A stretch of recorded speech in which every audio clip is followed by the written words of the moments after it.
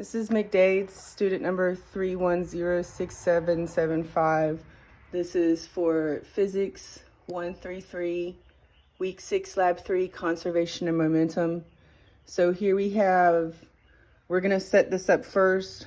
This is going to show how the conservation of energy goes from, say, we're going to flick one ball, we're going to have 3 in the center.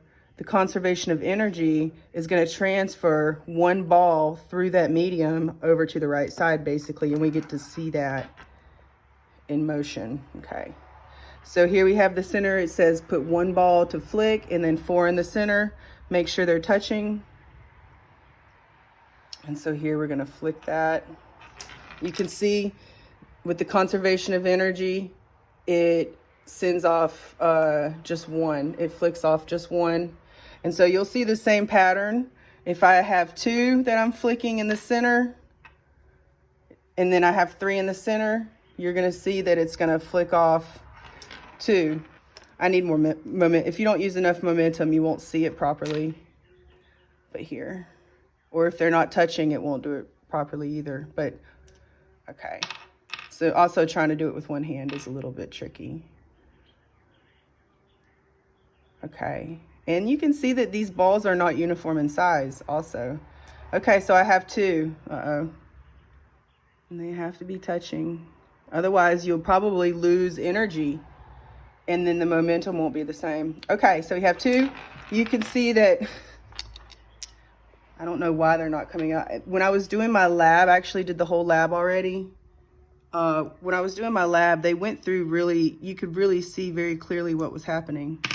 All right, so we have the 2. See, there's the 2 right there. Okay, and you can see that, and that's the conservation of momentum.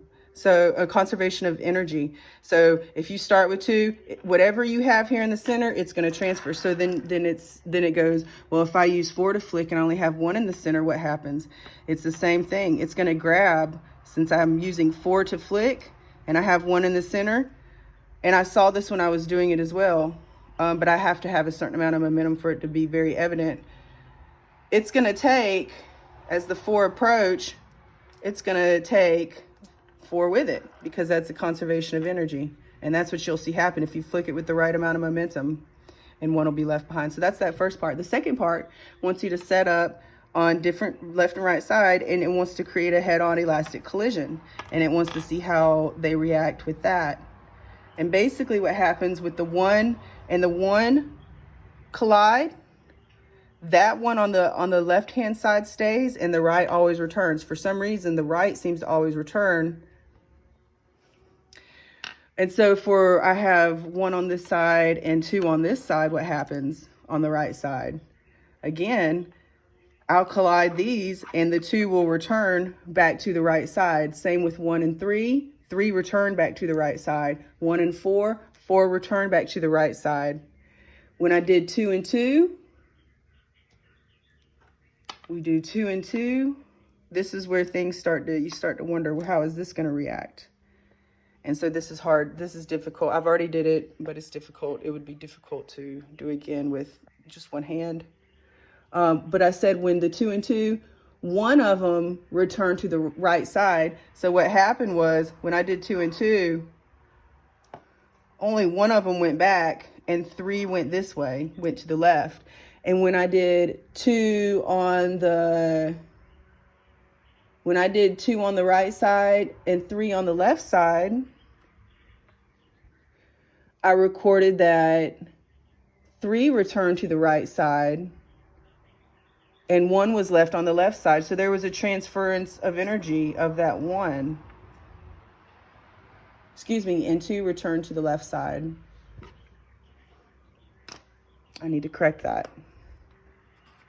So that's that transference of energy that you see. For some reason, in which I don't understand, is why is the right side so dominant in pulling stuff? But that's the lab. It was really very basic, but it really showed you firsthand that transference of energy, that conservation of momentum, which I thought was really neat and just on a very basic level.